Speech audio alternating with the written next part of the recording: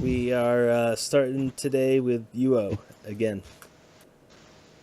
We're starting today by stealing a boat, which obviously is the most important first step of any adventure, stealing someone else's boat. Today we hope to talk about Magic the Gathering a little bit. Wait, what? There was there's a bit of exciting news in our group this month. I'll tell you It's really not that exciting. I mean, I'll tell you what's exciting. I found a boat. Stole it. All right.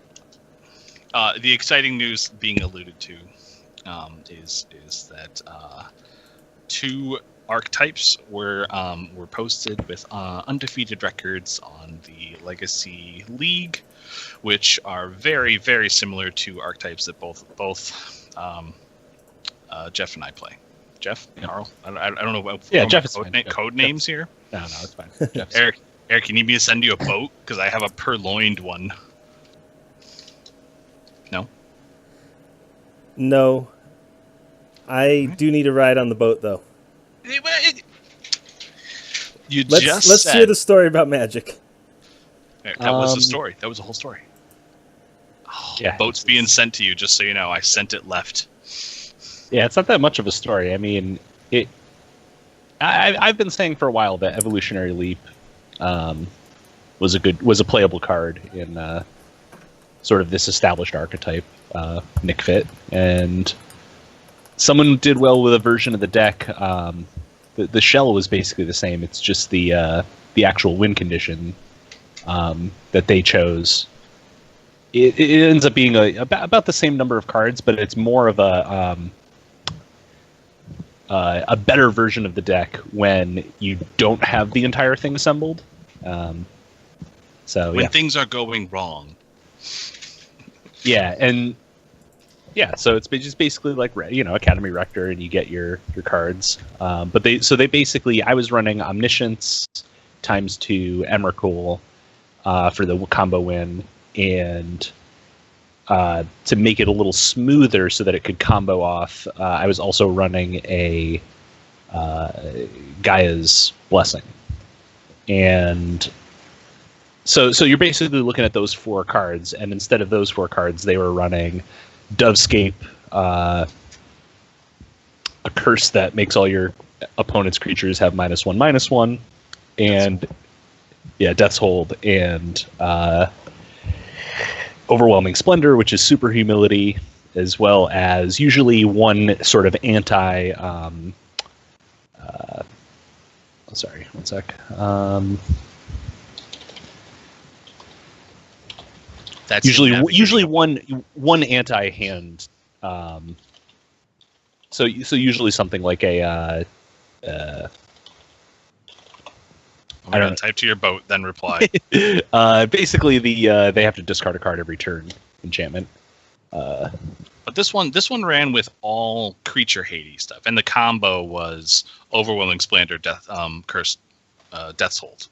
So all your creatures are 1/1s with no abilities, and all creatures get -1/-1. So you never have any creatures; they never have abilities. I kill you with anything. Yeah. So that's the combo. And then if you're not playing creatures, you just put Dovescape in, and lol, then you only make doves, but then all the doves get -1/-1. So just like right. So it was more of a build your own combo, where mine was you rectored into infinite everything. You rectored into Omniscience, and then after you had Omniscience, because it worked. The thing is, the real difference was their combo works better when you only have one Rector. When all you have is just a Rector trigger. So you put your Academy Rector down on the board, and you either Cabal Therapy it or use it as a blocker. You could pretty much always get you something that won you the game, because you had various enchantments. It was either Overwhelming Splendor or Dovescape, or Moat. Yeah, Dovescape or Moat. Although I would have run Moat in my version of the deck as well if we owned a Moat. If it wasn't only $800. Yeah. Yeah, exactly. So the Moat was technically the same, even though I didn't own one. There were a lot of moat substitutions, if I recall. Yes, there was a lot of this deck would be so much better if I had moat. There were multiple weeks where Jeff said to me, "All right, use whatever shenanigans you have online, get us a moat." Yeah. And the moment I started looking, the moat buyouts happened. Moat went from a $140 card to an $800 card in 2 days. It's like, oh, that's funny. And it's kind of come down. It's only $450 now. Yeah. It's like, oh shit! I forgot to get an arcane focus. But anyway, so your with the version single of the rector deck. activation, with a single rector activation, their version is better. But with evolutionary leap in play, I still contest that my version is better. But the thing is, evolutionary leap is very hard to defend. So I acknowledge that theirs is certainly more consistent. I mean, having seen you play a lot and helping you build a lot, and then having played this deck not a lot, but Right. more than you. Yeah. It's I would say that I agree with what you're saying entirely, which is with one rector activation, their deck does more, but with one rector activation and a relevant card from your build, your deck just super over the top wins. Yeah, you just win the game immediately. Basically, if you can sack a rector to an evolutionary leap with any amount of mana available, you're going to win the game at that point. But there were many heated conversations with Jeff and I where he said, "Okay, so I need to win the game on 1 green mana. So give me a creature that does," and then he lists 4 attributes. It's like okay, and literally pouring through all the 50,000 cards of Magic, literally, right, to find that card. And what do you know, Emrakul was it. Oh, the other problem that my deck had is every once in a while you would draw both of your omnisciences, and you had no way of putting them back. So that was another big, 2% of the time you would be in an unwinnable game because you drew both of your omnisciences. And hilariously, even though Overwhelming Splendor is 9 mana, you can cast it. So well, also sometimes you just need doves. That's true. Sometimes you just need doves, and you can definitely win a game with just doves, or you can definitely win a game with just Overwhelming Splendor. Those green suns that just turn into gigantic doves, or convert my useless curses into doves. Did it hit the price of dove tokens yet? No, unfortunately not. But that's kind of the nice thing about these 5.0 League decks is they are usually bellwethers of future trending for the deck. Yeah. If you look at any crazy deck, it used to be that Chandra Stompy used to be the outlier build, the outlier version of Mono Red Stomp. Mm-hmm. And then it just started smashing 5.0 leagues online, and people were like, you know what? There might be something here. And lo and behold, a year later, Chandra Stompy is the only build that's considered acceptable. Yeah, I'll say this: if they do end up banning Deathrite Shaman, which I think they should and would, the version that I run, the sort of combo Palancron version of the deck, which is really completely different than the quote Nyx fit versions, the ones that are heavy on Academy Rector. Heavy on Academy, but heavy on curses. Right? Yeah. Well, no. The version that I run doesn't run any Academy Rectors. What I was going to say was the sort of cave version with Cave of Discovery and Journey of Discovery. Journey to Eternity. Or Journey to Eternity and Cave of Eternity. Yep. That version, I think, has a lot of merit if you can rely, if you don't have to be facing Deathrite Shaman every round. Yeah. The fact that it's so savagely brutalized by one Deathrite activation is pretty. Yeah. Did you see that it main decks a Ground Seal? I did see that, and I was running 4 Ground Seals in the sideboard, so I could see one main deck. Yeah. But it also, I didn't realize this, but Liliana Last Hope, her minus ability does not target. So you can it main decks a Lily of Last Hope on the main, and you can just recur. That's the creatures. resurrected creature. Yeah. Yeah, so the plus does -2/-1, i.e. not killing Deathrite, tragic forever. Yeah, right. And but the Who minus approved that? Yeah, and then well, I mean, I feel like -1/-2 would be pretty savage. Yeah, it'd be too good for standard, but Yeah, I mean, And modern too. Like it just be like, oh, I just need to keep killing off the merfolks every turn. It's like, oh. Yeah. But regardless, so 3 loyalty, and then her -2 is flip the top 2 cards, put a creature of your choice into your hand. Yeah, it's just choose a creature. Yeah. Right. So it means you can get your Academy Rectors back and Explorers back without being respondable, and without being targetable. So this is pretty cool. You know, you can have a totally clear graveyard, activate that ability, and still get something under a death right. Or have Ground Seal in play. Or have Ground Seal. Not give it a grab. Exactly. Yep. It's really, really interesting. And I'll tell you one thing. I totally poo-pooed the what are they called? Not Faithless Lootings. 2/2 Spirits. You make Lingering Souls? Lingering Souls, yeah. I totally poo-pooed the Lingering Souls initially, and wow, was I wrong about that. It's a good card. It is amazing for everything that deck wants. Yeah, that was the win con when you drew all of your omnisciences, was just win with Lingering Souls, because that's all you got left. And you could do it, you know.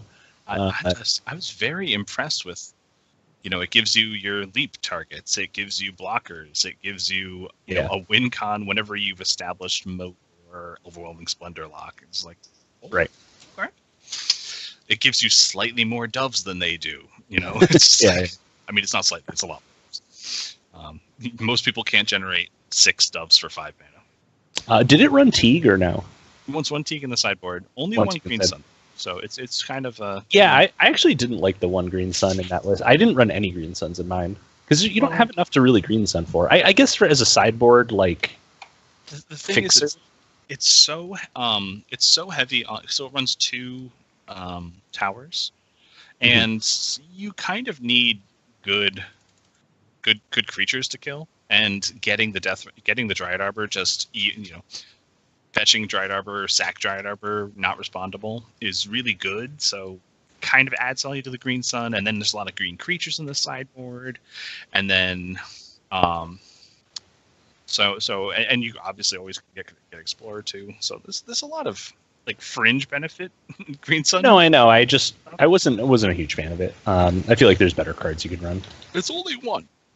And I'd be curious as to, you know, what else, but having tested a few times and having drawn that Green Sun multiple times in the same game, because you're thin so much, it's crazy. I was running one. Well, actually, this was before we had it, but the card I would probably run in its place is the Tutor, Diabolic Intent. Diabolic Intent. Again, it's kind of the opposite direction. If you have, I'm not saying it's wrong. I'm just saying it's kind of a. Do I need to get one specific thing? And if so, then this is better.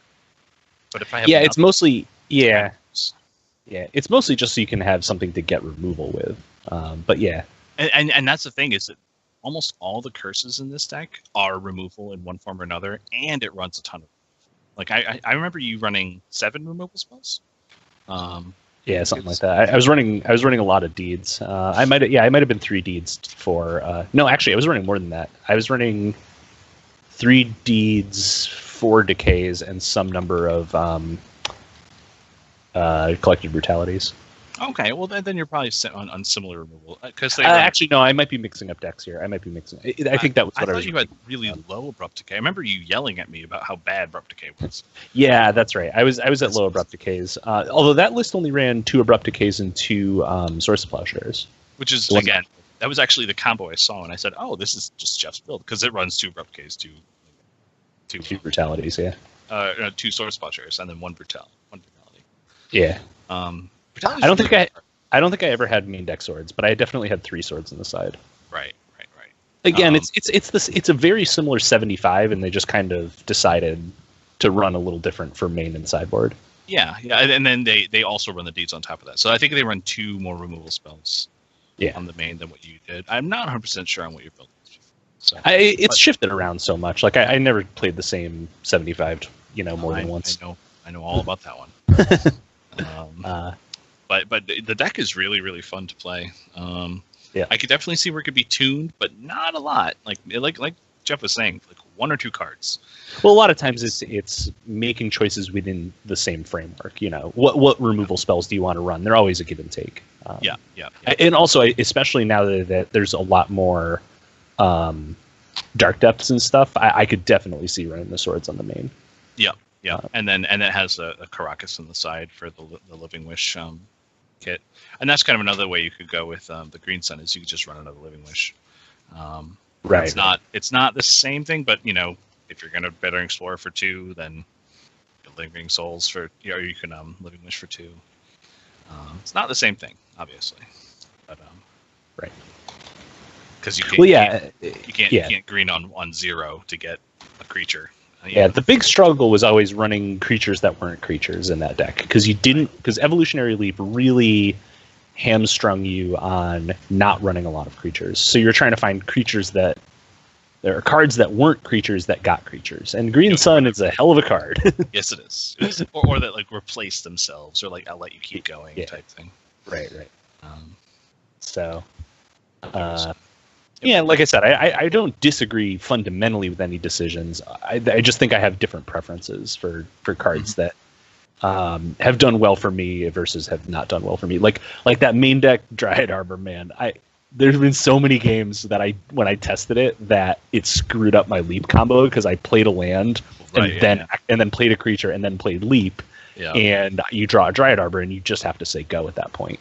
I feel like that's kind of that would definitely gum up the Omni build for sure. Yeah. But this build says, you know what, I only have to activate the my Academy Rector once. So and I'm probably gonna value right. I'm probably gonna kill it with the tower. So like you go for the turn 2 Rector play. Yeah, absolutely. Pretty much all the time. Which it makes it really interesting. And I've actually, this is a little bit segueing into 12 posts, but I've been really impressed with being decks that shoot. Oh, we upgraded level here. Talking about our UO thing here. Yeah, I am in trouble. We're going to Reprotected the beach. Yeah. For those not watching, I don't know if Eric records video as well. Yes. We are okay. Well, so some get videos, some don't. SoundCloud and that sounds like elitism YouTube. to me. Well, we can also edit out the. We'll iron it all out and pay enough of a tax, and Eric will show you the video. Actually, that's probably the free one if you look at it on YouTube. Yep. Reprotected the beach. For those of us who don't have video, we are doing a group activity, the equivalent of raid. Jeff, you can Drober and Reprotected the beach, please. Okay. 15 years ago, raiding. This is what raiding was. Shit, I always click Valor instead of Justice here. Okay, Justice. Eric, can you kill all that stuff that's coming to kill us? Oh, we're good. So anyway, what I've been really impressed with, the point that I'm belaboringly horribly to, is that is decks, control decks, which Nick Fit is a control decks that choose to have their control choices, their card choices based off of what they affect, be about 80% creature hate, 20% comp. I found this to be the case for Nick Fit, Miracles. Jared, did you get protection? No, I did not. Okay, there you go. Just kidding. I feel like so Miracles has done this. Nick Fit is doing this because in this build it's about 80% creature hate and then 1 Dove's Game. Just like yeah. Okay. But like and then 5 curse / enchantments to hate on aggro. Yeah. How much discard did it have? Did it have thought seizes or not? It has Eclectic Vitality, 1 on the main and 4 therapies, and then the sideboard has Thoughtseize, just Thoughtseize. That's it. Okay, yeah, that's I think what I was doing as well. Although I think I had a few more Collected Brutalities. I mean, there's a lot of hate cards there. There's it runs like a lot of Sanctity. It runs. No, I know. I was just again curious with actual discard. With what they went with, yeah, with what their choices were. And that's what was kind of shocking to me too, is just saying, wow, there's just not a lot here that hates on comp. And And a little bit of that is to I wouldn't get a credit to the Dark Depths decks. They're kind of being the goblins of combo, kind of making all the other combo decks be honest. Like, the Dark Depths combo deck is based around racing Storm. Right. It's like, oh, okay, you're gonna kill me on turn 3, and Storm's gonna kill you on turn 3. So, that's a die roll, choice right there. Yeah, and they run so much discard of their own, and that's what I mean. Like they're not gonna win on turn 3 with the perfect hand. They'll win on turn 2 with the perfect hand. Right. Realistically, discard. Right. It means they have to rely on their cantrips. Right. Exactly. Which is wrong. If you're trying to fix a problem, then you're relying on chance. But if you're guaranteed taking the best card, you know, known quantity from the enemy's hand. Maybe not. How do you feel about Dark Depths? Like as just a as an archetype? As an archetype, like as health of the format, our question. So initially I really hated it, and I hated the fact that it was winning, and because I felt like it was just degenerate and too good, and not healthy. However, upon reflection, and kind of an exploration, really in the 12 post variety, to understand how do I beat this deck, because I'm just getting stomped to it. Because there's a bunch of variants, it's not just the one build of turbo depths. It's there's a mono black version. There is a black green version, which is most popular. Within that black green version, do you run green sun zeniths and Sylvan Safekeepers? Do you run one? Do you run 4? There's a hybrid reanimator version. There's a hybrid reanimator version that's actually doing pretty well. There's a build that's also black green but runs oh my gosh, it's 7 mana, and if it targets a creature that's 7 power or more, it's free. The counter spell thing, or it counters spells or abilities that target a 20/20. So it's like one with nothing. No, that's discard your hand. Yeah. I always call it. It's something like it's one of the Eldrazi. It's an Eldrazi color too, right? It's tribal Eldrazi. Yeah. It is tribal. Oh my gosh. Okay, you want demons or succubi, Eric? Oh, my dog is gonna get himself mega killed. Oh, my dog. Oh, here he comes. Oh, nope. I'm just gonna die. Eric, you getting succubi like normal? Yeah. I'm up here for a res, Jeff. That's all right. I can res myself. Just clear my body.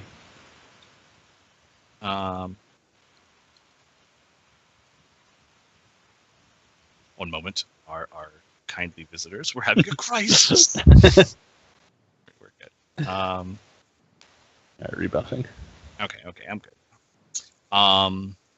So there's a bunch of different builds, and the thing is, that actually says to me, if one isn't being overwhelmingly dominant, then there's healthy variance in this.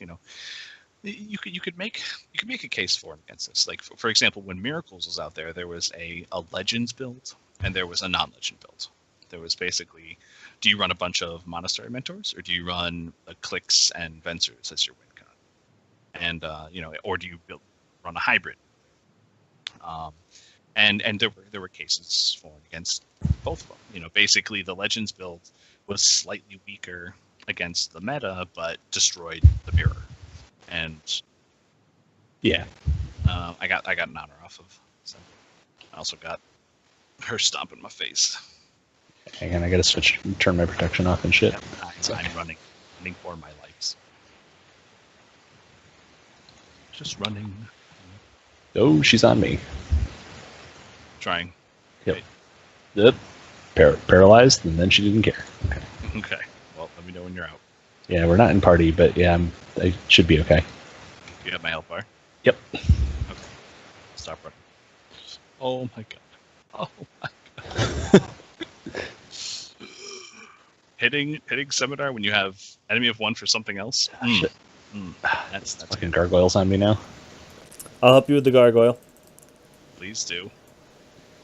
Okay. Okay. Finally stabilized. Ish, Jeff. Dude, I'm trying to turn protection off. So, kindly viewers, this is what it sounds like when Jeff is betraying us. Oh no! Somebody That's pull right. him off me. Eric, you know that you can't attack Scimitar unless you're a woman, right? Or at least a non-man. Yeah, I do. And you know you attacked him as a man, right? I'm getting race form. Yep. So anyway, so I think that so the Miracles example. I feel like that said that Miracles was a healthy archetype because it had a lot of variants, and both of those were viable. You kind of had two archetypes named Miracles that were different because one of them fed off of Miracles and the other one beat everything else. This is a little bit of your holy fire water thing. Right. Yeah, yes. So I consider that healthy. It's not necessarily doesn't necessarily mean that the build is balanced, but it means it's healthy for the format because if the deck is going to feed off of itself with a similar build, then one build won't become dominant. So it kind of splits the format into three subsections. You either play Miracles that beats Miracles that beats everyone else but loses to Legend Miracles, or everyone else. Yeah. And some people would call that unhealthy. I think that's fine. And I think that Dark Depths has a little microcosm of that going on with the combo meta. There are builds of Dark Depths that are just based off of beating other Dark Depths decks. And then there's Dark Depths decks to compete with all the other combo decks. And then there's everybody else. Yeah, I just think I guess I'm thinking about it more specifically about the card Dark Depths and not so much about the decks that are built around it. As good litmus test that I try to use when I'm thinking about should a card be banned or not is what are the answers to it, and do they invalidate sort of like too many different answers? Like for example, you can't really run Terror as a card right now, not only because it's non-black, but like or even just destroy target creature is not a valid card to run because it can't kill Dark Depths. Yeah, like Murderous Cut, I guess. Maybe. Yeah, right. Like a good example. Right. But so there's a whole category of cards that are sort of unplayable because Dark Depths exists. I have the same problem with Deathrite Shaman. Just the fact that it has 2 toughness means anything that does 1 damage is essentially unrunnable. Gut Shot is bad. Gut Shot is bad. Lava Dart is bad. Even though Lava Dart can deal 2, it's just like Dismember can do something. Right. Dark Blast. When was the last time you saw anyone run Dark Blast? It was definitely pre. Very, very long time. Yeah, definitely pre Deathrite Shaman. So also, before we continue, I need to announce that I found my helm for my curse set. It's an orc mask, and it has 8 stamina, 4 dex, and resists, and is cursed. Okay, just had to announce that. Okay, please continue. No, it's just that, and I wonder if I use that same test on Dark Depths if it does stand up, because I just feel like it's sort of warping what does removal look like in the format. It has to be able to do so much. And it sort of invalidates everything else that people want to run. You definitely have to ask yourself, does it answer a 2020 in any way whatsoever? Well, it's more important, does it answer an indestructible creature? Well, yeah, excuse me. So a Merit Liege. Really, yeah. It's really because I'm fine with things having a lot of toughness. There's always, Power Creep says there will always be bigger things. Yeah, but then there's creatures that can have effectively infinite toughness. Like Crowd Favorites is technically, with Crowd Favorites and infinite mana, you have infinite toughness. But the game is sort of that was the problem. Yeah, exactly. The game has given us a lot of ways to interact with that, and including cards like Murderous Cut or what's the destroy target creature planeswalker that everyone runs? Dreadbore. Which has recently been actually upgraded to the Slaughter. But yeah. The so I don't know. I don't know how I feel about problematically durable creatures. Specifically Dark Depths. To answer the Dark Depths specific question, I think that the creature Dark Depths has an enormous amount of vulnerabilities. Eric, can you take off your armor? An hour. Sorry, go ahead. Are you okay over there? Yeah, I'm trying to kill Drover, but I see. I think that the card Dark Depths has a bunch of vulnerabilities, and one of the reasons that people have issues with the card Dark Depths is that the normal way that people deal with tokens is essentially eliminated, because most removal that cares about low converted mana cost, tokens have 0, is destroy effects. Right. They're not exile effects. So right. I feel like that is more of a hole in removal than it is a problem with the card. Now, I say the card Swords to Plowshares has wildly gone up in value. And if you remember, this is digging back, but about 6 or 7 years ago, Magic-wise, you were talking about how this is when Abrupt Decay was coming to prominence. You're like, Swords is just a bad card right now because things are too small, and they anything that's relevant is 3 or less, and there's nothing that's gigantic that Abrupt Decay doesn't kill. Along comes the Dark Depths, and Dark Depths did exist at the time, but there was no development into hyper accelerating it. And it existed, but it wasn't good enough. Yeah. It hadn't been streamlined and developed, and really nothing changed to make Turbo Depths a viable deck. All the cards are 5 years old. It's just someone put the time in deck design wise to say I'm gonna make this work. Put in the reps, as it were. That being said, I feel like the cards totally exist. It's just that people aren't choosing to run them as much, and that's kind of one of the reasons that Miracles and to a lesser degree Grixis is rising in prominence, because Grixis, this is terrible, but Grixis can actually just shred the hand and has an enormous amount of counter spells to deal with the extremely fast speed of Dark Depths. You have to have your Dark Depths down when we got a Barracan.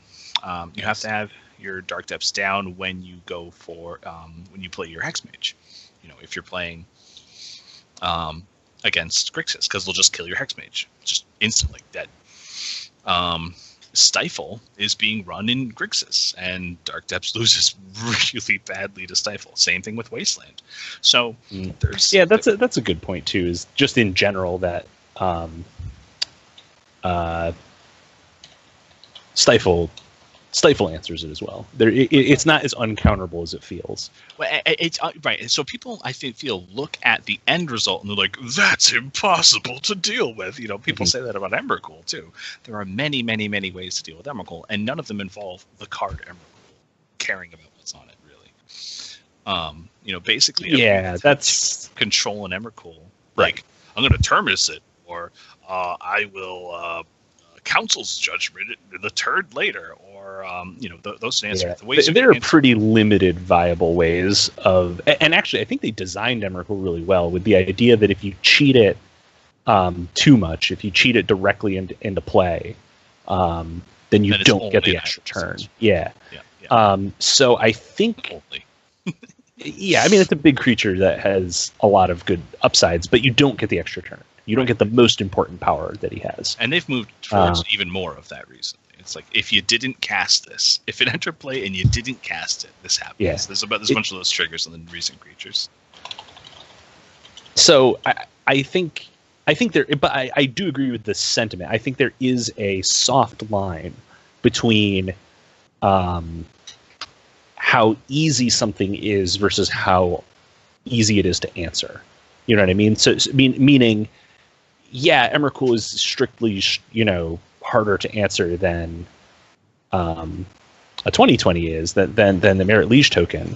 But the Merit Liege token is so much easier to get in play. Yeah, it's two mana either way, basically. Whether you're Thespian Saging or Hex Maging it, it's just 2 mana to make a 2020. That's crazy. The absolute lowest you're going to do put an Emrakul in play for is 3, and even then, if you're just putting an Emrakul in, it's not what I would call strong. Right. There's a lot of ways to deal with it. Now, granted, very few of those are the same as a 2020 outside of Karakas, so the problem of overlap might exist. But my point is that usually the ways that you actually deal with, say, an Emrakul in play is you're going to I have a non-aerial weapon? I do. It's just not hitting anything. Usually the way you deal with it is kind of dealing with the problem as a whole.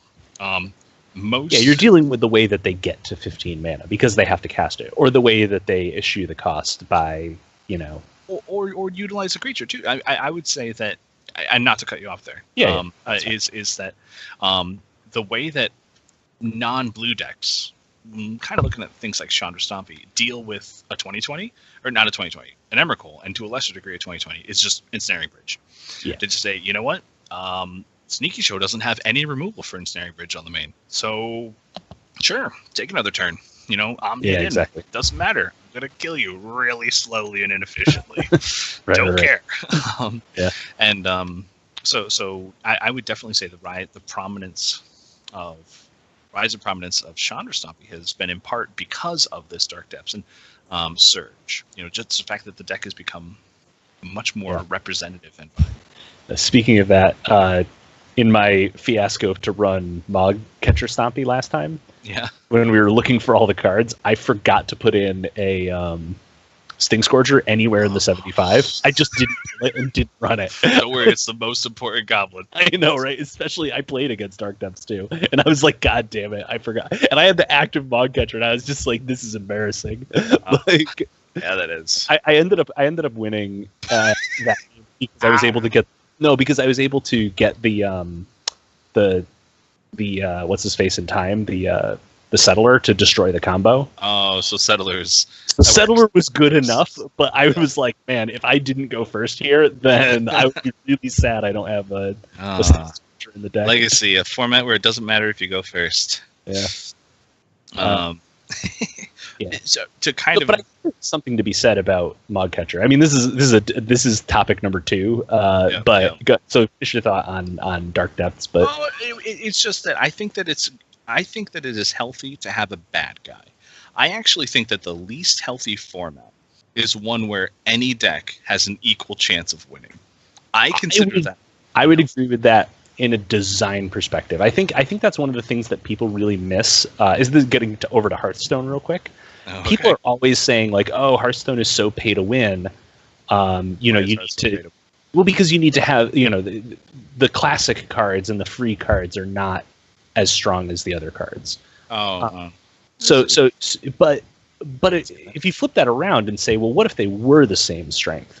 Well, then you'd have a completely flat format where deck choice doesn't matter. You know what I mean? Like, if all the cards did exactly the same thing and were of all the same equal power level, then why would you ever need anything but the base cards? Okay, but I'll take your example and raise you on this one. Continuing your Hearthstone meta, because I don't know an enormous amount about the Hearthstone meta, but it did play down to rank 5. Yeah. So it's a bit abstract. That's a decent amount of. Exactly. So down to rank 5 at least. There are metas that exist, which you kind of have to use outside resources to get a real grasp on. But the win percentages of those metas, because there are so many viable decks, even when there is a quote unquote meta, the win percentage is so close to 50% for them that you're really looking at progressing by large number crunching more than you are. I'm an extremely skilled player. I would be very, very curious for Hearthstone performance on a tournament level. If professional Hearthstone players regularly are winning, I don't mean representing in the top 100, winning events. Like if there's like a Nassif of Hearthstone where like they does Krapikan does he always win every event because he's just so skilled? I know they nerfed the mocks for druids in Hearthstone. Yeah, the Innervate, yeah. That was certainly a mox card. Yeah. For Hearthstone. It was your Lotus Petal for sure. It is a card theory, and it was kind of we used this example of Merfolk back in the day. Merfolk would win a lot, but it was not by the same pilot because the build was the deck was strong, but it had too much variance associated with it. to regularly leverage against the field. I consider that unhealthy. Right. I would say the answer to your question is generally no. It's not always the same people winning all the time. And a lot of the skill of Hearthstone, to be sure, it's a less skill intense game. It's harder to leverage skill because there's so if you consider timing a choice, there's just way less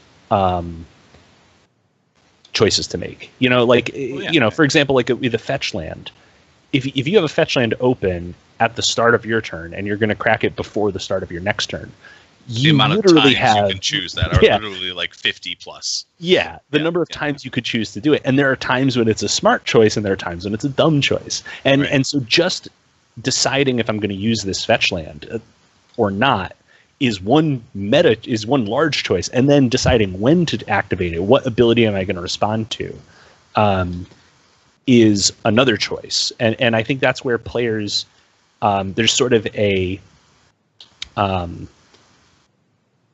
in the moment evaluation that you need to do that is just not there in Hearthstone. And I think that's the biggest skill in Magic, especially in Legacy, is understanding the stack, understanding what the order you need to do things in, and understanding the perfect timing to do all of those operations to mitigate problems. I think Smemnon actually made an article about which format has the most choices before the relevant turn, and his conclusion, albeit a bit hasty and not really with what logic that I would support, despite him being a logical guy, his conclusion was that all formats basically had the same amount of decisions before the pivotal turn.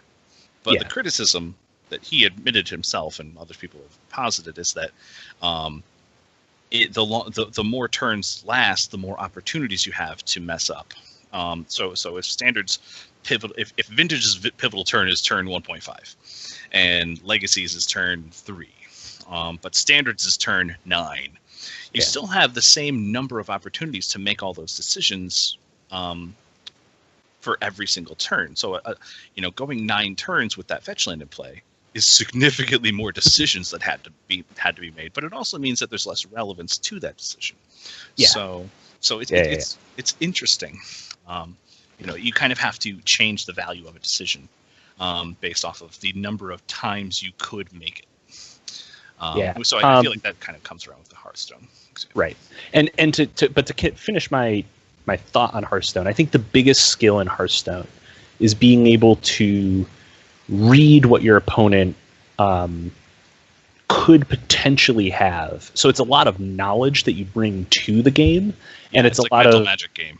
It's like a mental magic game, and partly because there's so little hand manipulation. Like you could spend a whole turn deriving what they have in hand, and then they cast Brainstorm, and all this shit didn't matter anymore. Exactly. Yeah, like who cares what they had? Now they can have literally anything, and it does.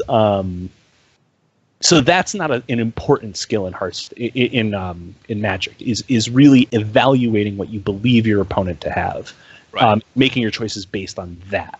Yeah, if Daze existed in, I think it actually technically does exist, but if Daze was a viable card in Hearthstone, you would know as soon as you played a relevant spell, which would be like turn 2. Right. That's a lot about it too. Is like, okay, I know his deck generally runs a counterspell is almost too easy of an example. It's like okay, I know my opponent runs removal, like a specific type of, like a board sweeper, like the Dragon Bomb, Frost Nova, or Dragon Bomb or Frost Nova Doomsayer, and it's like, okay, I know they run it. I'm pretty sure they would have had it by now. I don't think they would have had an opportunity to play it by now. Right. What can I put on the board that's going to be strong enough to make my opponent use it? And then I can still win the game. Not concede the game, right? Exactly. Right. Like, what can I throw away to still make them use it? Right. And then on the other side of the table is realizing, are they doing that, or are they going all in desperation? And if I let this go, and if I launch my removal, then I win the game. Right. Exactly. Is being able to tease out those different examples. Is what is the meaning behind what my opponent did last turn? Oh, I'm gonna die. Just because Yeah, I'm dead. oh, uh, and because there's so much less manipulation, I think that is easier to track and also sort of harder to gauge almost, because like when you and I talk about Magic, it's a lot of well, he could have had this and he could have had that, and what if he had this, and you're kind of like, you're just sort of playing the probabilities. And for the uninitiated crowd, it's kind of a guessing game of who's right and who's wrong in that particular it's a sentence. Yeah. It's a probability range. Where are you, Jer?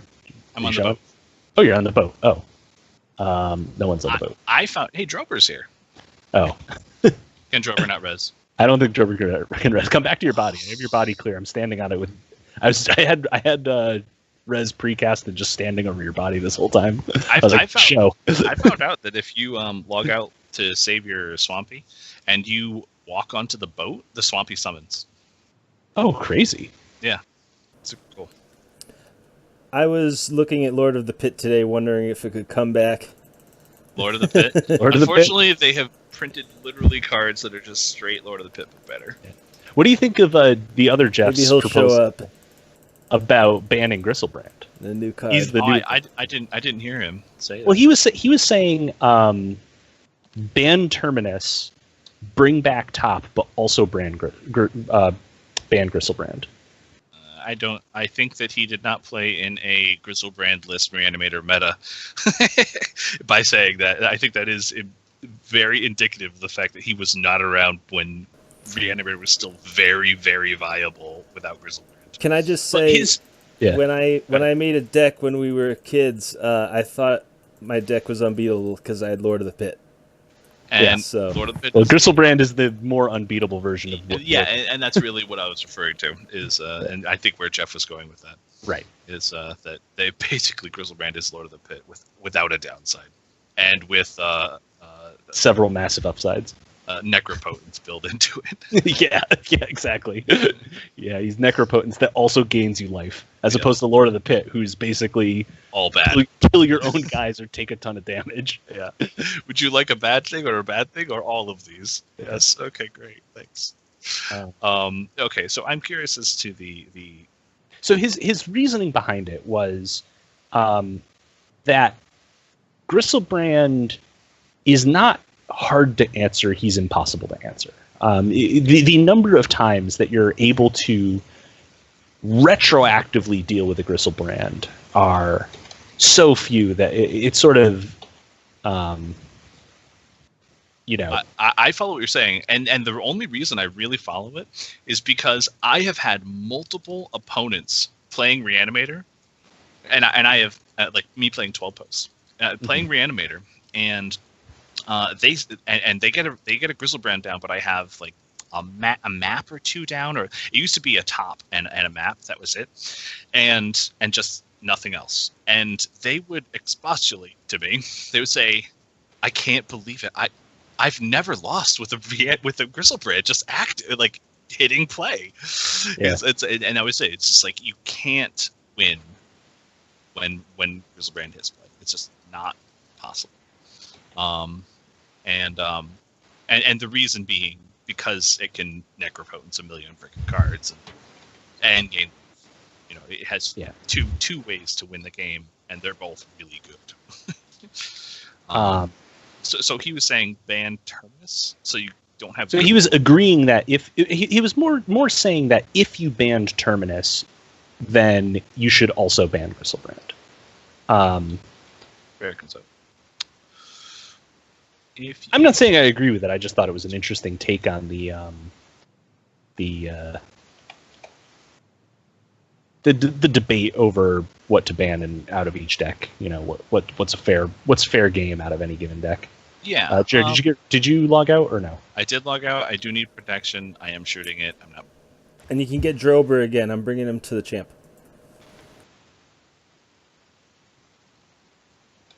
What's Drober doing here? Yeah, why is Drober here?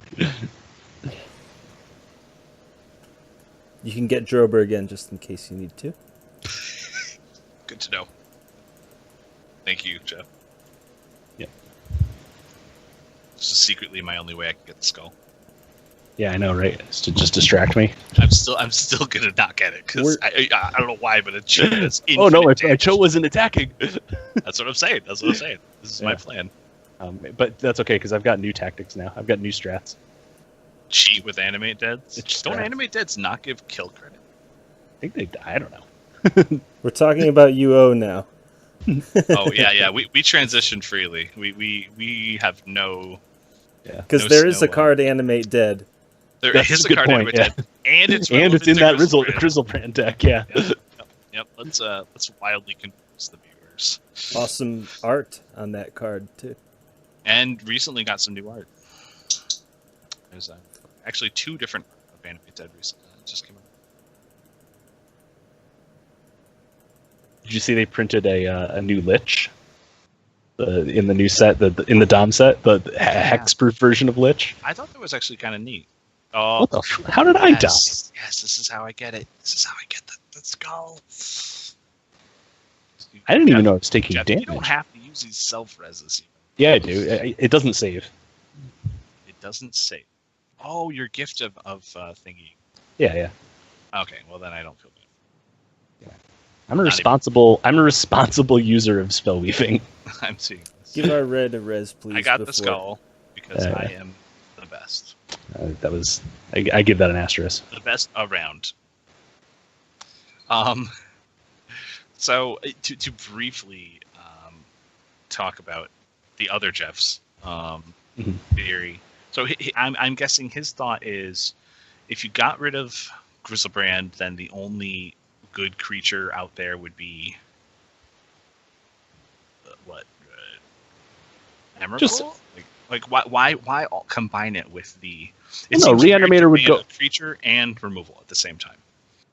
It was more of a give and take. Confused about it. No. It was more of a give and take. Just the idea that let Top get. He was happy with the idea of unbanning Top but banning Terminus. But then he was saying that if you do that, then creature decks that have particularly strong creatures will probably be too strong. And just it's sort of preemptively. Yeah, preemptively. Oh, I got a 120 taming. Someone probably wants this. That's nice. I just haven't looked at any of these. Yes, 120 taming has gone from like 1 mil to 3 mil, and now it's 6 mil each. Yeah, people I think are now that they've released the going up to like the center patch. Mil. People are definitely Endless Journey is released. Yeah, people are definitely looking at picking up their Endless Journey scrolls. I'll throw it into the pile. Sorry, not to interrupt your thing. So if Terminus, just put 1 arrow in the bag. My bad. So if Terminus was gone and Top came back, then why? I'm confused. He was just saying that he was just saying, would the format be in a better place than it is today? Well, I think that. Okay, so I'll tell you what I think the reaction would be to that, sure. To that format, and then you can tell me whether you think that's good or not. Right now, the best decks against Reanimator are Miracles, and it's because they have both Swords and Terminus, and they can set it up perfectly fine because Portent and Predict. Exactly. So that doesn't mean it's the only deck that's good, but it does mean it's the best deck for sure. So if you got rid of Terminus, I think if you get rid of Terminus, Miracles doesn't exist. You would have Stoneblade, and it would be Stoneblade the deck. The deck Miracles completely hinges on the card Terminus, no matter how many Agreed. Only 3 copies people play. Agreed. But you get rid of Grizzlebrand, so the only thing that really affects is Reanimator. It does not hugely affect Sneaky Show because they've had things in the past that they could run. I mean, Sneaky Show was a deck that existed prior to Grizzlebrand. It just is even better. But you could survive an activation. The problem is you can't survive an activated Grizzlebrand if they even if they have no mana and no land drops left, they still kill you because they have. But their best creature is still not Grizzlebrand. It just means that they would that Sneaky Show would transition into Omni Show. Why is their best creature not Gristlebrand? In Omni? In Sneaky Show? Well, Sneaky Show does run the card Omniscience. The reason it's their best card is because with a sneak attack, you want Emrakul. Like that's the card that you want. That will end the game most right. quickly. But Gristlebrand is 100% Emrakul. 100% wrong. Yeah, not 100%, but and 95 to 95%. Yeah. No, I'm saying that if you can get someone down, if you can hit someone's life total down, so the only thing you have to hit them down to 13. Yeah. And if there's any fetches or any ancient tombs happening on Sneaky Show's part, and really more like 10 damage, and you have basically 3 turns to do that, that means you flip a Delver, hit them, play a Delver, hit them twice, and if they've fetched more than once, that's they can't activate a Gristlebrand. They have to hit you, gain the life, and then maybe activate their Gristlebrand with no creature in play. Yeah, but they already run the maximum number of. You don't see anyone running Runescarred Demon because Runescarred Demon is garbage, Chef. Only you. Yeah, that's what I'm saying. but what I'm saying is, if their best creature is Emrakul and they can't lose the game if they have Emrakul, then they should run Runescarred Demon instead of Gristlebrand. But they don't. No, it doesn't suck. It's 100% guaranteed. I said it doesn't make sense. How is Runescarred Demon 100% Emrakul? You just said that. Because Runescarred Demon is enter the battlefield, search for a card. Oh, I thought Runescarred Demon was flip the top thing, sack all your stuff. No, that's Hellcarver Demon. That's the one I think. Sorry. No, Runescarred Demon. Runescarred Demon is the DT. That's DT. Yeah, but you DT to your hand. Yeah, Emrakul goes to your hand, and then you kill them. You're just saying. Yes, I mean I agree, but the okay. So maybe the new meta is Runescarred Demon post Gristlebrand. It's just trade one demon for another. No, but what I'm saying is, if your assertion, the new meta is Jeff's new deck. No, the logical statement that I'm saying is, if Emrakul is the best creature in their deck, and the only creature they really care about seeing, then they should be cutting all their Gristlebrands for Runescarred Demons, because then that statement will be true. But they don't, so then there's some situations where Gristlebrand is better than Emrakul. No. I obviously there are situations where Gristlebrand is better than an Emrakul, like against Burn, okay, or against Tempo. No, you were just saying that against decks that deal you damage fast, Gristlebrand isn't good. You were just, I don't know. You're not making a logically consistent statement. What about if the meta turns into the deck that Jeff just built? No. Let's continue with the thought. But keep that thought in mind. I will. Believe it or not, I think we're actually moving to meta shift ideas. We just need to establish what's happening now. So against a tempo deck, against a burn deck, Gristlebrand is better than Emerald because they don't care about Annihilator. Whether it's stupid elementals or whether it's burn literally killing you off 1 or 2 lands, they can get totally annihilated out and be fine. They care way more about you show and telling in or Omni casting a Gristlebrand and then just attacking with it for 3 turns. Mm-hmm. Literally 7/7 lifelink is going to kill you. Flying lifelink. Don't even activate it. I've talked to a lot of Reanimator players and a lot of Sneaky Show players about how do you beat Burn. And they're like, yeah, you just show and tell in a Gristlebrand and never attack, and never activate it. Excuse me. Right. You just attack every turn. That's it. Yeah, he's Lord of the Pit without trample. And so against those decks, hard casting the Gristlebrand is the best win. Against the overwhelming majority of other decks, the extra turn on the Emrakul and then swing with the Emrakul is way more important. So this is the rest of the decks, and that's why Gristlebrand plus Emrakul works really well. It's because you can cover 2 avenues simultaneously, and why you don't run like Runecarver Demon or whatever the thing that crazy ass demon is. Yeah. It's because of Legend, you can only attack for 15 ever if that's your plan. Okay, whatever your Runecarver Demon's power toughness is. He's a 6/6. He's lethal. Okay, so well then yeah, you could. Right, but right. So then you're making my point, which is the more important creature is Gristlebrand. The Emrakul's there to deal 15 damage and annihilate, but the more important creature, in terms of the one that you would rather see in every hand, is Gristlebrand. Because Gristlebrand gets you Emrakul. Emrakul does not get you Gristlebrand. Right, I agree with you on that, but there's also Gristlebrand can be removed, and then you're relying on. How can Gristlebrand be removed? The deck runs usually forcible and sometimes misdirection. I guess. Jeff, can you take Drober? Yeah.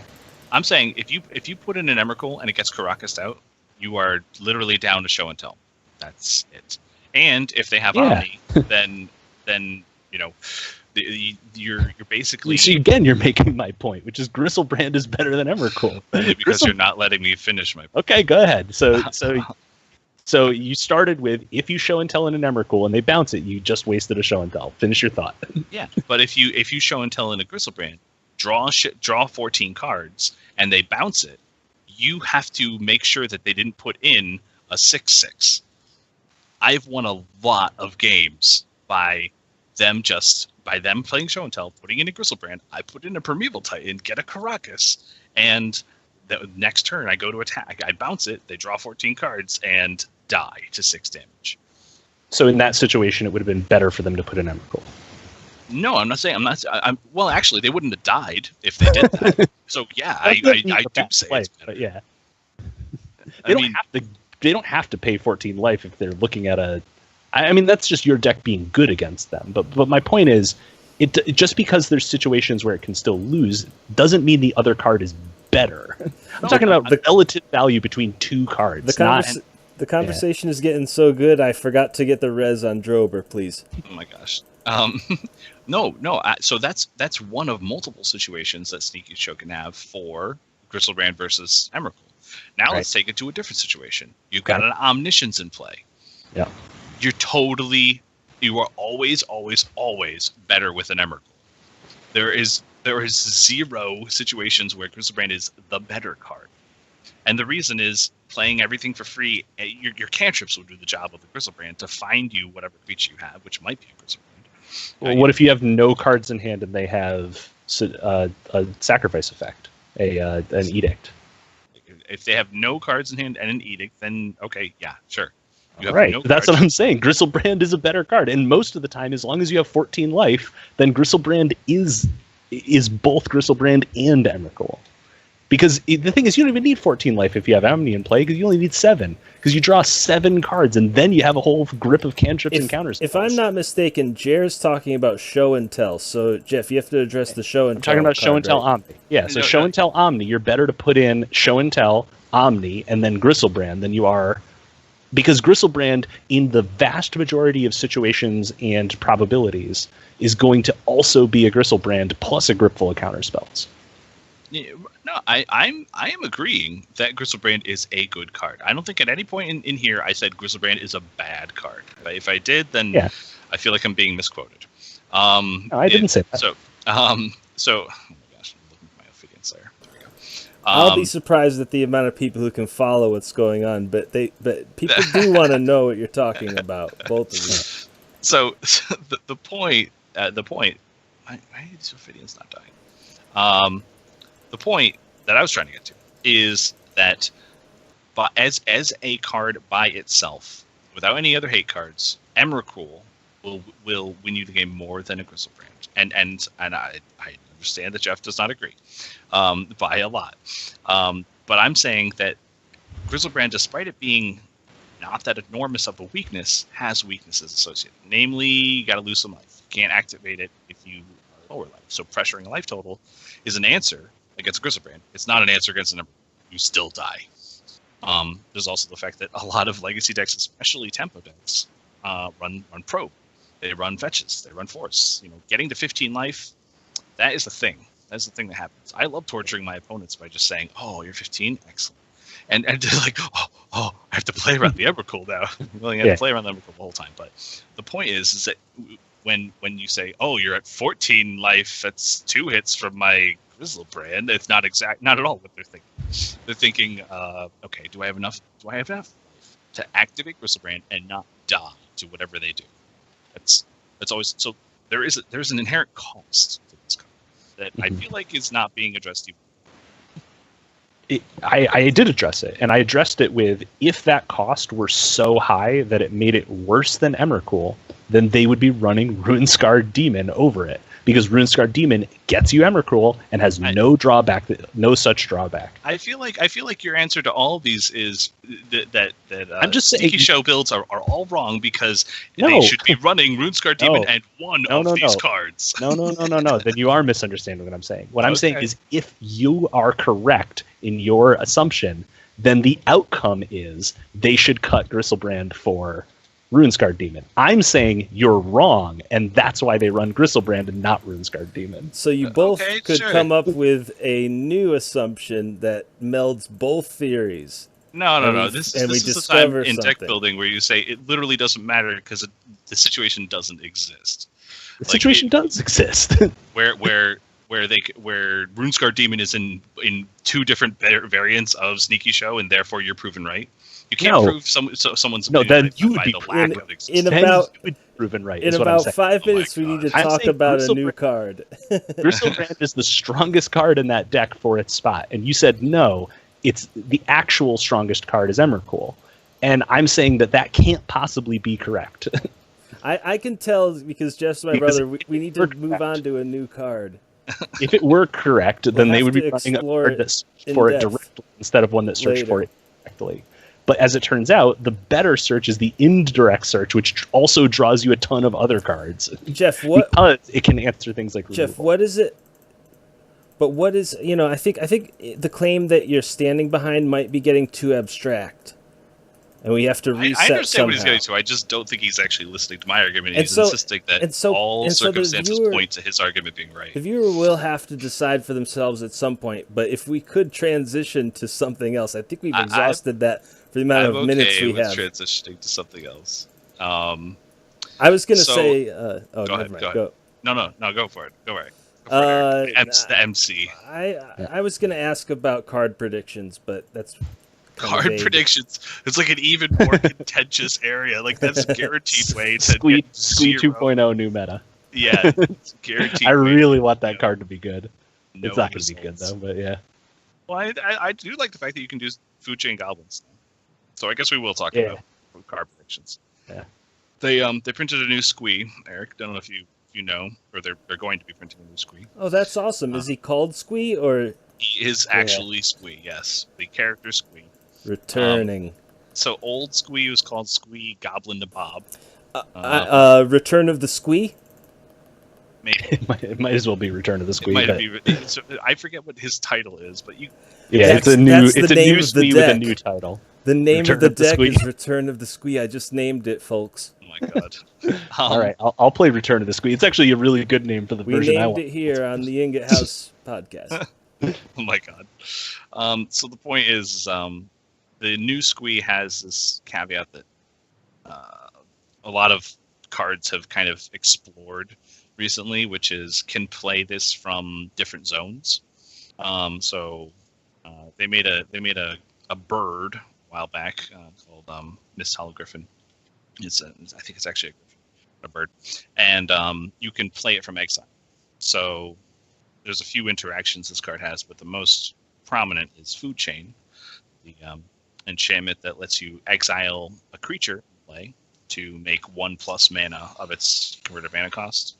So if you can get up to 4 mana with Food Chain, i.e. CMC 3, a total CMC of 3 or 2 if you have 2 different creatures in play, you can cast a Miss Griffin, exile it, play it from exile, make 1 mana, make 1 mana, make 1 mana forever. So you have infinite, we got level 3, infinite mana of... I'll do a wait, do you want to do dragons or Ophidian? And he's gone. I can do Ophidian. Okay. We'll take it slow. So the Squee is Squee has taken this idea kind of to the next level. So all the cards that have done this have said you can play this card from exile. And new Squee says you can play Squee from exile or your graveyard. Right. And that is kind of ridiculous. Because one of the downsides of the Misthowl Griffin deck, well, there were two major downsides. Number one was if they countered Misthowl Griffin, he would go to your graveyard. And there were cool ways that you could exile it, like specifically Deathrite Shaman, but it would kind of grind you to a halt a little bit. It also meant you had to run Deathrite Shaman. Means you had to run Deathrite Shaman, yeah. So basically you would be sort of put back a little if they just countered your creature, because if they countered it, it would go to your graveyard and you couldn't recast it. So that was point number one.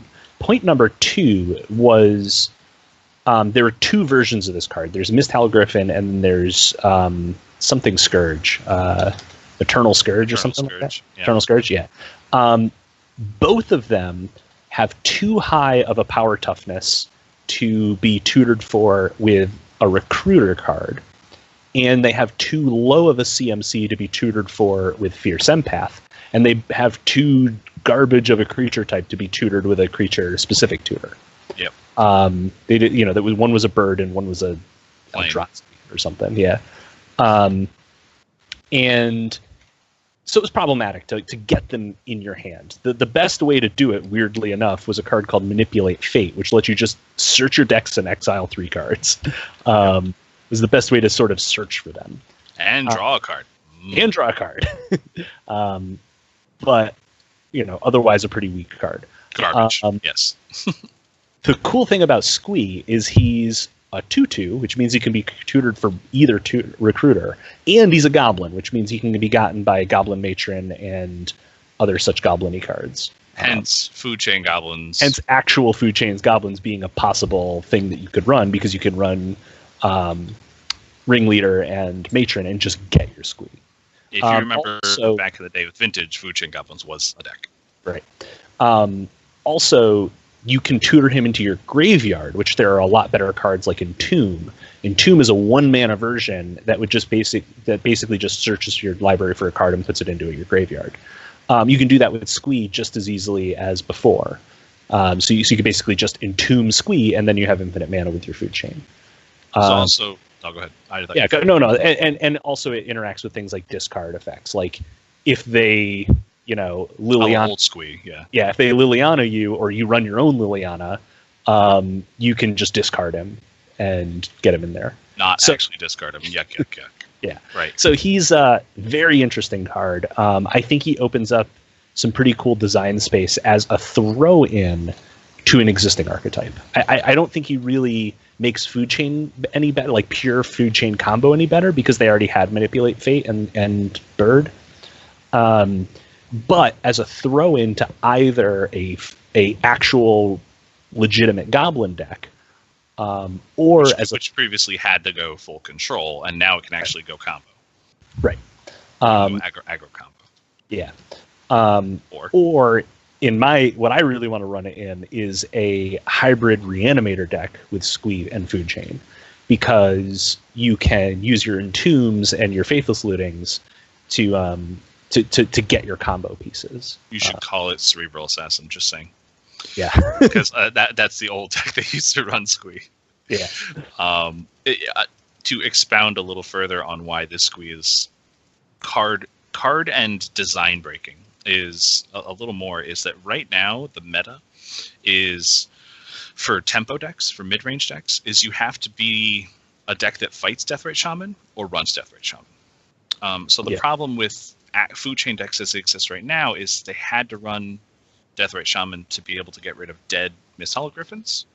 But the problem is all of the meta decks are based off of killing the other meta decks Deathrite Shamans. Deathrite Shamans, yeah. So it's really hard to stick your Deathrite Shaman. Super hard, because their whole deck is based off doing that. You have maybe 5 or 6 cards based off doing it, but their whole deck's streamlined to do one thing, and that's kill a 1/2 elf. Also, on the other side, that deck had essentially no win condition other than resolving Food Chain and killing you with combo. Exactly. If you build it into an existing archetype, it becomes your sort of oops, I win combo in addition to your already sort of functioning deck. Right. You're going to terminus my board. Oh, but I just oops into combo and hooray. Now you just die and I never attack you. Right. It's like, oh, awkward. Super awkward. Yeah. So yeah, and part of the reason I like it with the food chain direction is your combo pieces are overlap a lot. Like your huge creatures that you were going to reanimate anyway, you can also just cast with infinite mana. Yeah. So it's a cool idea. I tried to build it, but I don't know. It just I don't know what the right ratios are, and without being able to really test it, this is an enormous amount of design space. I mean, you literally just blow up this entirely separate section of design. Right. You know, there are literally no other cards that say win from exile or graveyard or attacking. It's like, what? It's like, sure, that's all decks in Magic, but you know, so finding the sweet spot. As we it's also just deciding which is your primary combo and which is your secondary combo. Yeah, like, exactly. Are you first Reanimator and then Food Chain, or are you first Food Chain and then you can also run Reanimator? I just have to note that this could be the coolest podcast in the world because like we're surrounded by dragons and talking about all this high level stuff. Oh my gosh! Unless it's one of those plebs who don't have video association, The artistic aesthetic listening to the oeuvre. podcast version. They just have to imagine all the Ophidians and dragons swarming us.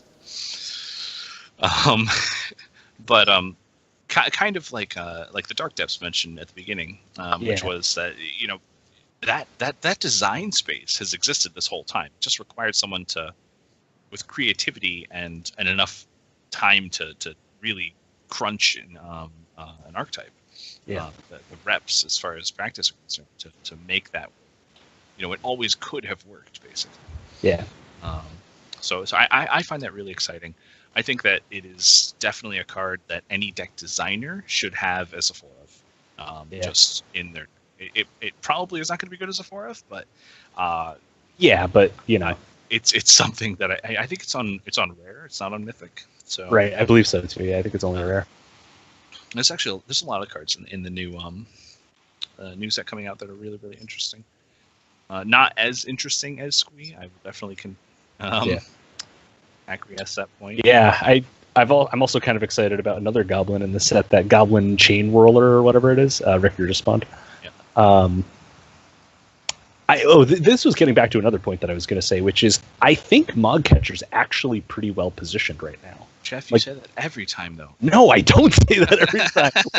When Terminus was out there, I was like, I really love Mogcatcher, but he sucks a big fatty one right now. Yeah. I was running Changeling Berserker in order to make it possibly playable, and I still lost to Miracles all the time. So yes, I would contest that I did not say that. I would also like to make a point that Torian Mauler is the coolest goblin to deal with Terminus. Like, I am super impressed. Not Torian Mauler. The Hero. Yeah. Changing Hero. Yeah. Yeah. Torian Mauler was there to beat combo, except it didn't ever work. It made a huge thing right when they killed you. Right, exactly. You died with the biggest creature in play.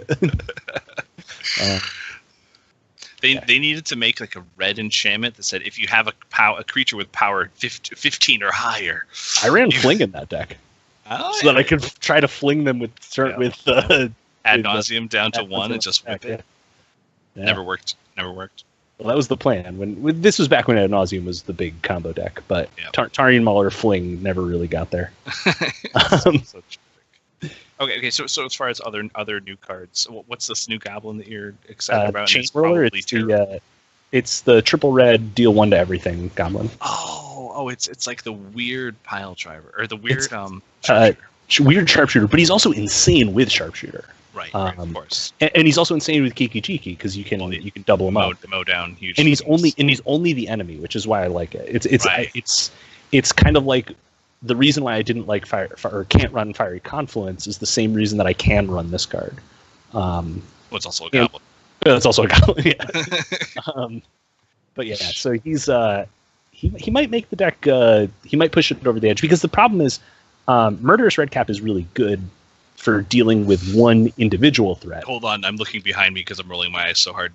Yeah, sorry, Murderous Red Cap. Yep, you were saying? Murderous Red Cap is good for dealing with one tempo threat, but the problem was I didn't have anything to deal with a board full of threats. And now you do. And now I do. And that's that just means you should play goblins. And that's the beauty of Mogcatcher, is he can get when he is all your goblins.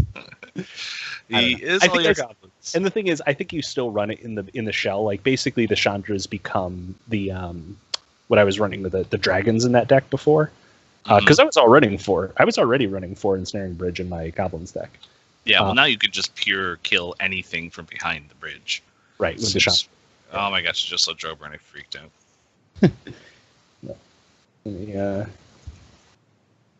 Why is Drober? Oh my god, Eric ran out of arrows.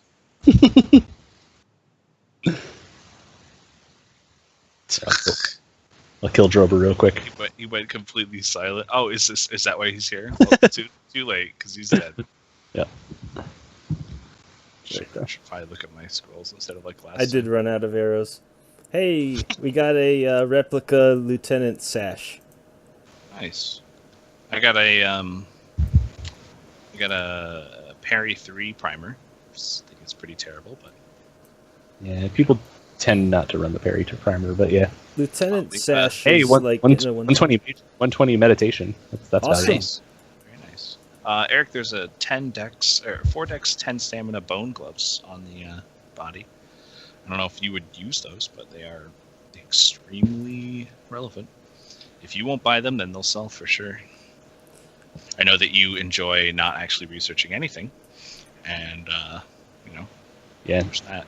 Sitting on all of our gear like Scrooge McDuck. Yeah. I'm just wondering if we should go around again. We're gonna do another champ spawn.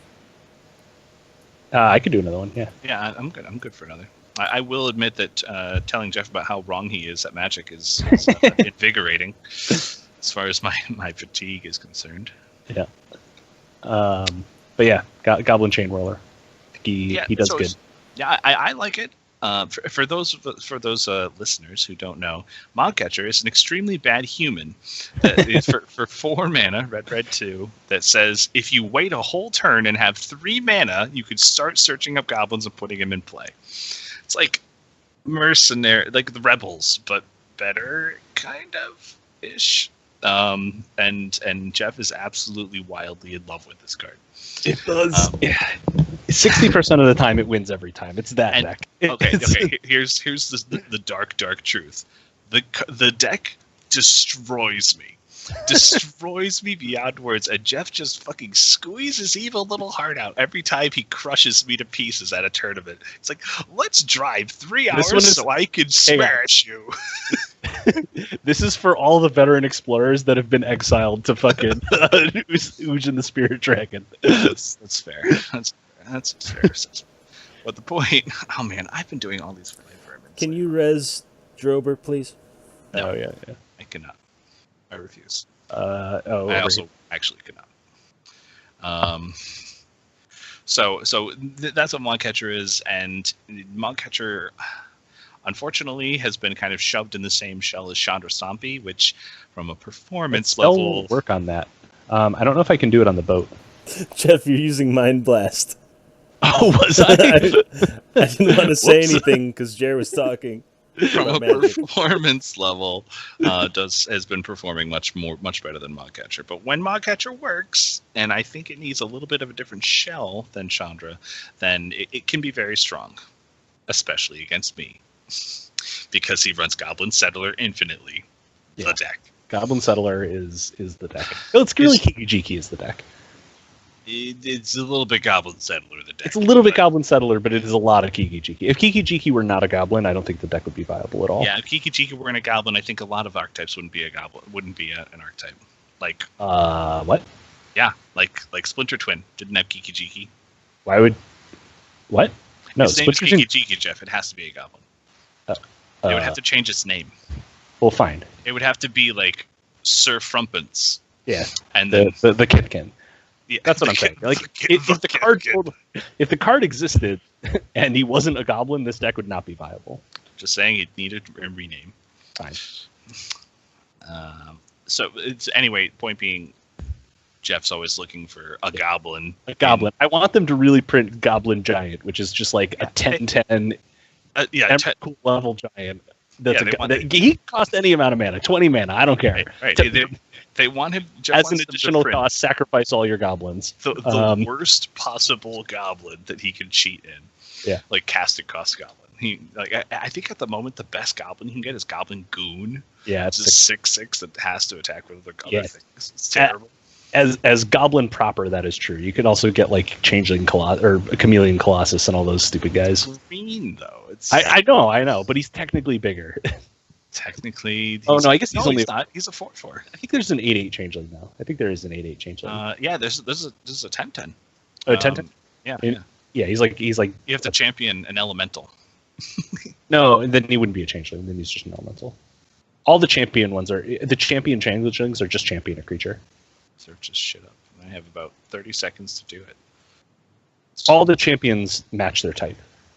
All the champions. Oh, they are what they have to champion. Yeah, I don't think there's any cards that champion something else. Hey, good. We got 2 Skull Sevidar. Bellwether. All right.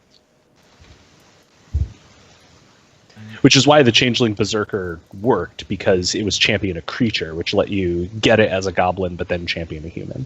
Right, I got you. You know, as opposed to Goblin Lightning Crafter, which wouldn't work. Garbage. Which I wonder if you run in the food chain deck. I was thinking about that. Getting back to the die. It has to be removed from play. Are you sure? Oh yeah, you're right. So you could kill them with it. Yeah, you need another copy though. You need a Kiki-Jiki as well, but it means you can combo without. Wait, why do you need a Kiki-Jiki? Because you need to be able to bring it back. Couldn't you have 2? 2 Lightning Crafters? No, because once you exile one, then you're down to 1, and then you exile that one, and you're down to none. No, you exile. Play 1, exile anything, doesn't matter. Actually, you can exile a Squee and then play it. Okay, fine. So then you have a Lightning Crafter. You shoot them because you're given haste all your. Yeah, you deal them 3. Yep, you deal them 3. And then you. Oh yeah, you need to get rid of the second one. Well, that's the problem. Or more importantly, when you get rid of one, you need to be able to get it again, because food chain is an infinite get rid of stuff. Right. Yeah, but with a Kiki-Jiki, you Lightning Crafter. Yeah, you make a copy of Lightning Crafter, and the copy exiles your card Kiki-Jiki. Right. And then when you get rid of the token, the Kiki-Jiki comes back, and you still have your original card Lightning Crafter. Right. So it's basically Lightning Crafter, anything, and a Kiki-Jiki plus a food chain or a Skirk Prospector. Right. I got you. Yeah, you need the token to have the Kiki-Jiki to untap the Kiki-Jiki. Yeah, and a way to exile it. Hey, if you have food chain, you also have infinite mana with Squee. And then, but also the Kiki-Jiki gives you the haste, so you don't need another way of giving your goblins haste. Right, that makes sense. Well, what do you know? You can combo with Kiki-Jiki, as every player who has played Modern Splinter Twin knows. Right. No, but my point is, if you're building food chain combo goblins anyway, and you need a way to win, because the thing is, like, you have infinite mana. You do have infinite mana, and you can play semi-infinite guys if you have a way of drawing them.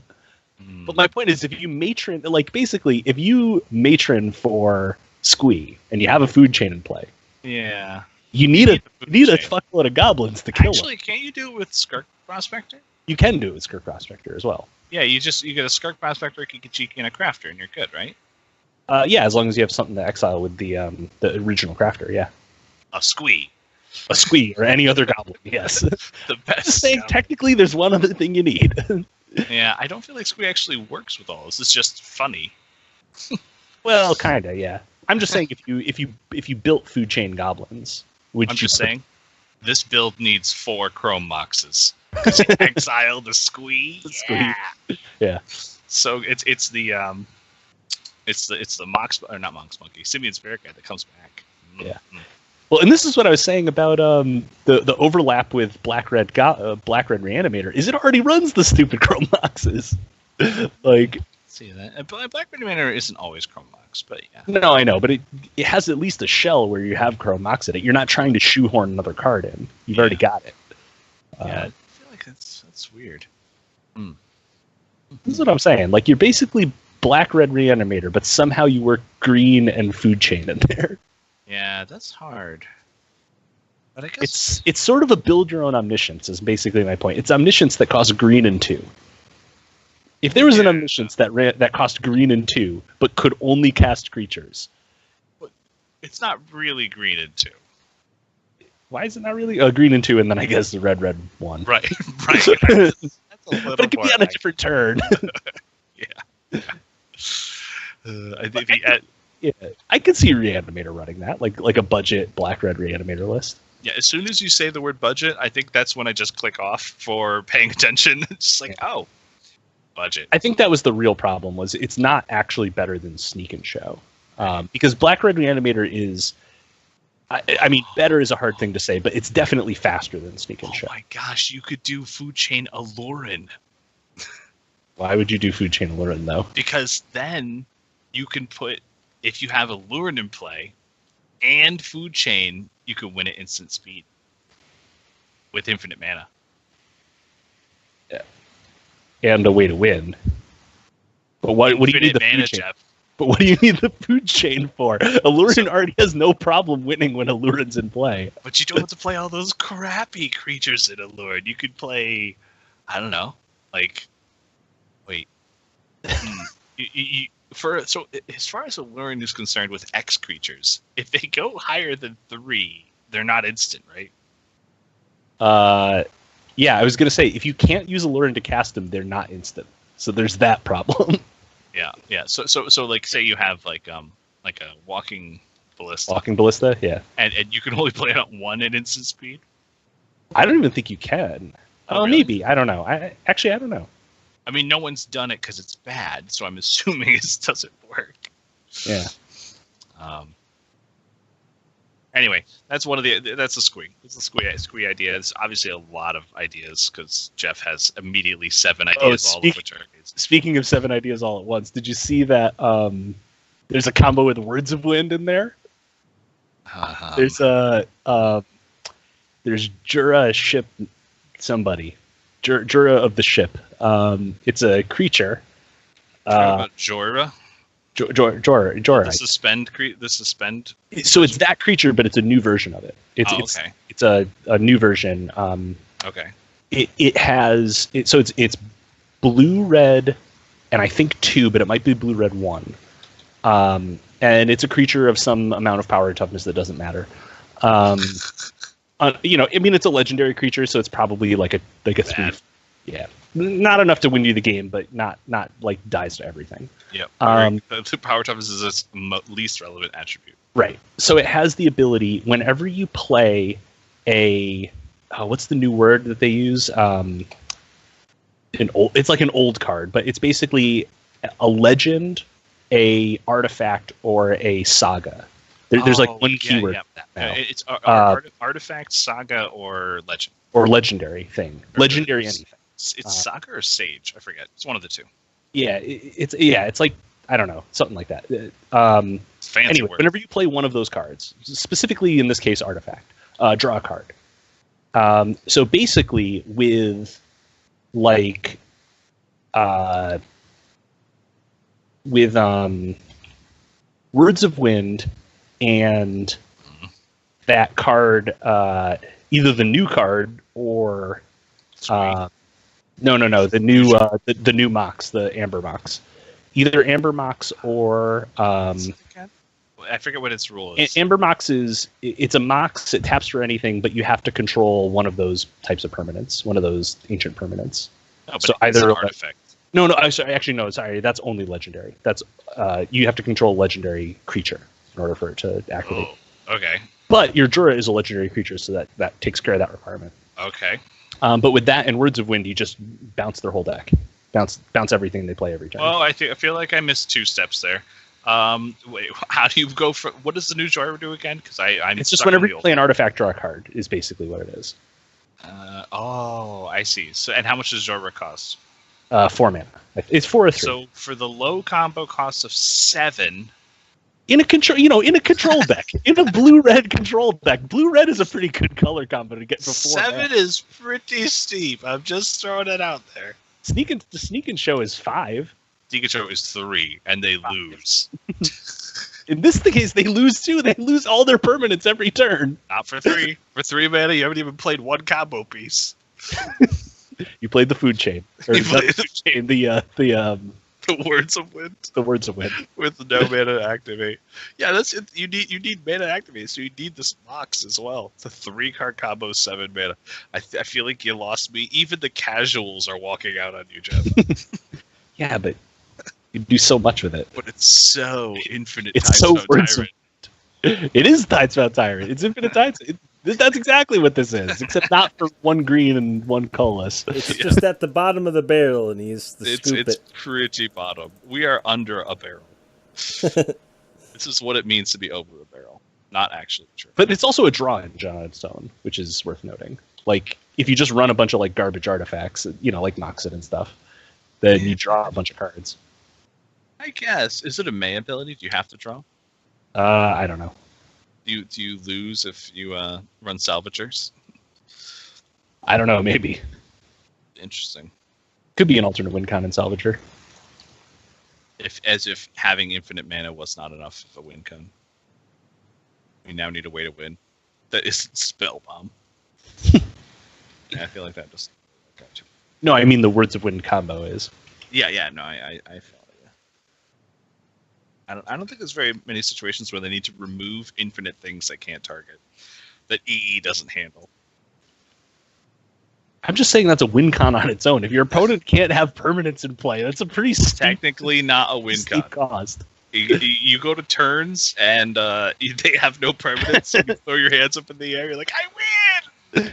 The judge is just gonna look at you stupid. Like, what? I mean, he can attack. He's like a 3/4, I think. That's amazing. That's a win con. Yeah, you bounce all their permanents every turn, and then you just kill them. Grizzly Bear is a win con. All right, you're gonna make me look this card up. Hands in the Air win condition is my favorite, which I started a tradition in UO.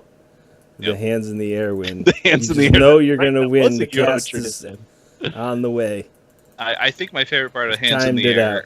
Hands in the Air, is that invariably a few times it wouldn't be won.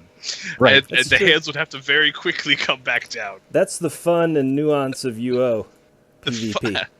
I don't know. I feel like you've done that in other places as well. But if it's a true Hands in the Air, you've mathed it out completely in the head and timed So you're it. saying you are the creator of Hands in the Air, but you are not actually the the truest Hands in the Air. I suppose. So as far as other new cards, there's I personally am. So I'm both excited and not excited about a duo of cards that got printed. They printed a hate card, Eric, that literally says the card Cloud Post is the worst card ever.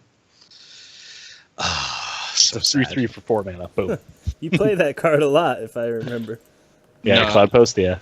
Yeah, I do. Yeah, I pretty much exclusively play Cloud Post. Yeah. Sorry. My card was a 3/3 for 4 mana. Right. I This was looking hate card is way better than Jeff's terrible card. Yeah. The hate Also, card, my combo completely loses to the new hate card as well. But go ahead. Wait, what is your? Because How whenever does you play a spell, it makes it cost more. Oh yeah, it does. Yeah. That's why people run the card. The gravy poop on Jer is just Yeah, it literally only affects me, like less than 1% of the meta. about. No, the Oh, the random add-on, card. yeah. The random card. random add. No, that makes things cost more. That affects any deck that plays things. Yeah. Which is everybody. But Yeah. But no, if just okay. So instead of ranting Right. about the card, I'm going to tell you what it is. So and our viewers. So Damping Sphere. Damping Sphere. Yep, that's right. Damping Sphere is a 2-mana artifact, and it has 2 abilities.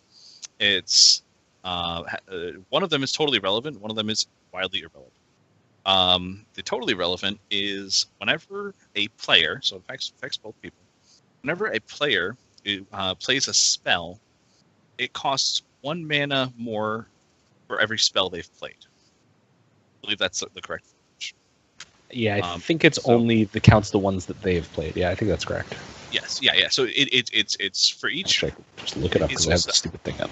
Go it's ahead. not Storm, but it's if a player plays one spell per turn, that spell doesn't cost anything. Storm. If they play 2, it costs 1 extra. 3 costs 2 extra. 4, 3 extra, etc. Oh, I just shot one of your skeletons. Yes, it is that player. No, and that's fine. Yeah. So the idea is there's quite a few combo decks, namely Elves and Storm, that Any deck that wants to go infinite, like that we've been talking about, all get hurt by this because they. Yep. Food chain gets affected with this because it's all spells, not just non-creature or non anything. So really, those the 3 decks. Allure, I guess, would be a 4th. So there's a lot of niche decks, but the biggest one is Storm and Elves. Elves did very, very well recently. Top 8'd the Star City Open. Got in the finals, not just top 8. It was actually, I think, the only player to go undefeated that day, or the whole event. Anyway, so Elves plays a metric shit ton of spells. So, and they generate lots of mana, but not that much lots of mana.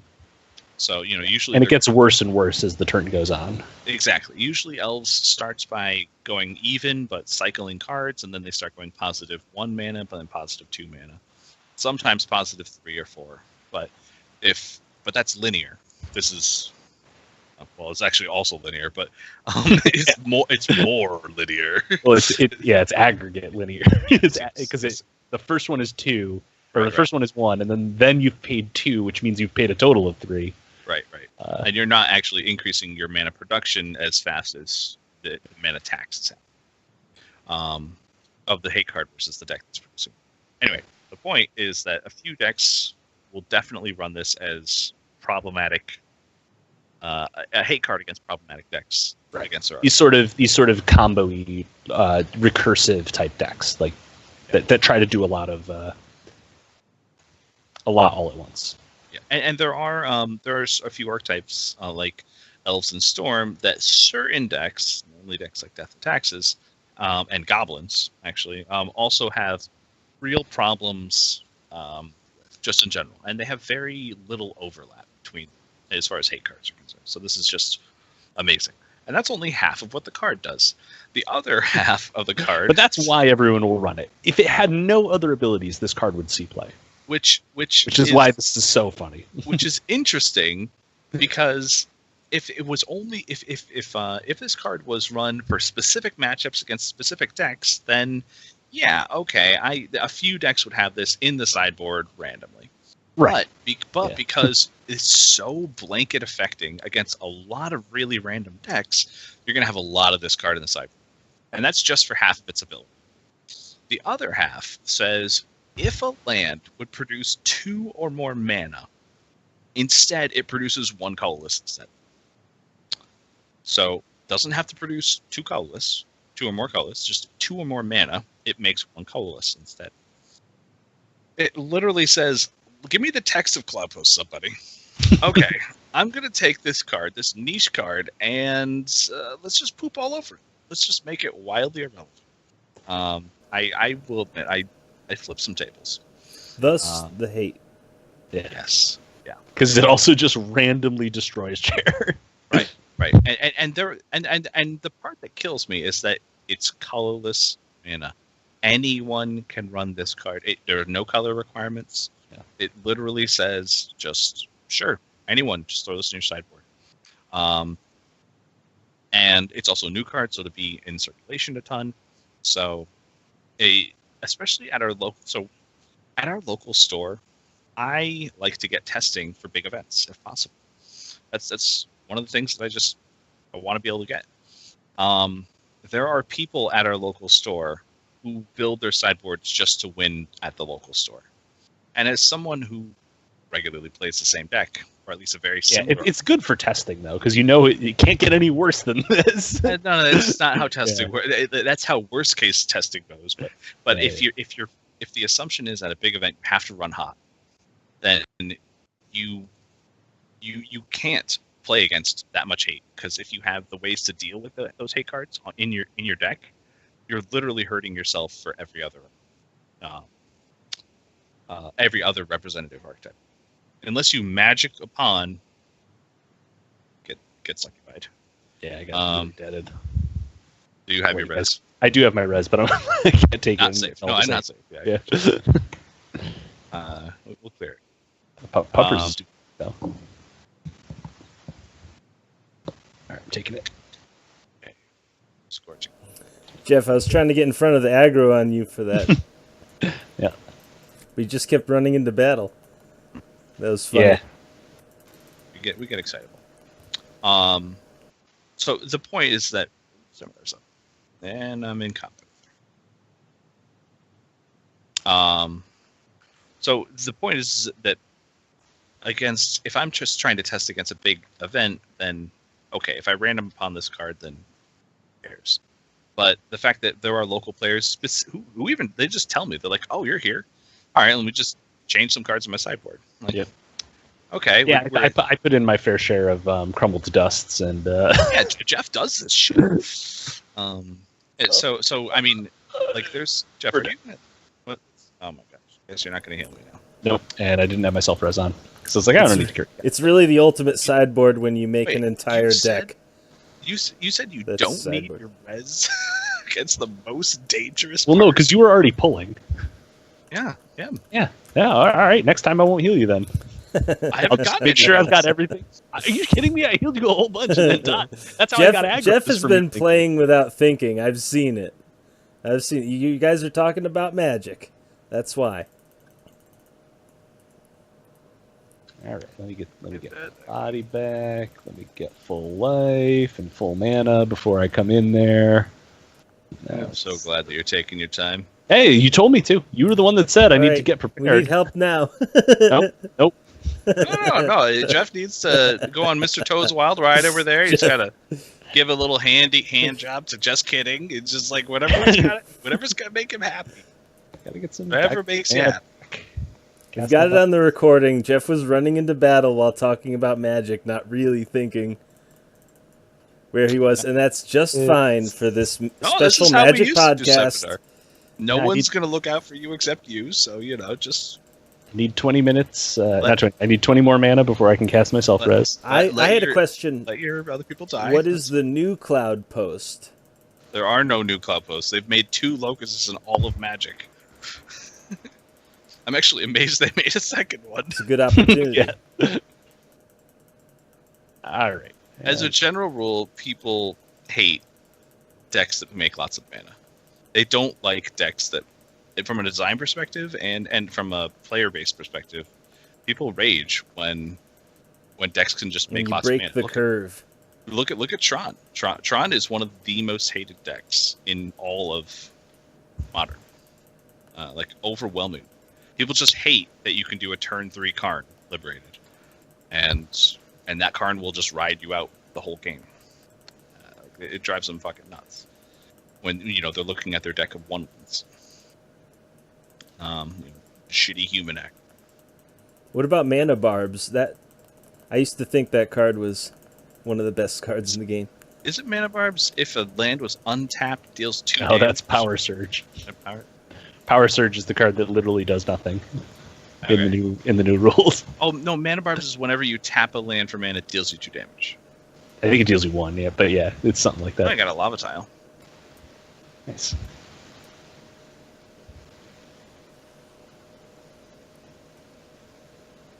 What else? And a bunch of garbage scrolls. 120 Bushido. We've And technically been going on for 2.5 hours. We're getting I to think Joe I'm- Rogan levels of podcast. I think I'm gonna. We'll have to edit it down, but yeah. I think I'm gonna tap out at this point. I think I'm good at this. That has been the Magic the Gathering special of the Ingot House podcast. Thank you very much. Yeah. Till next time.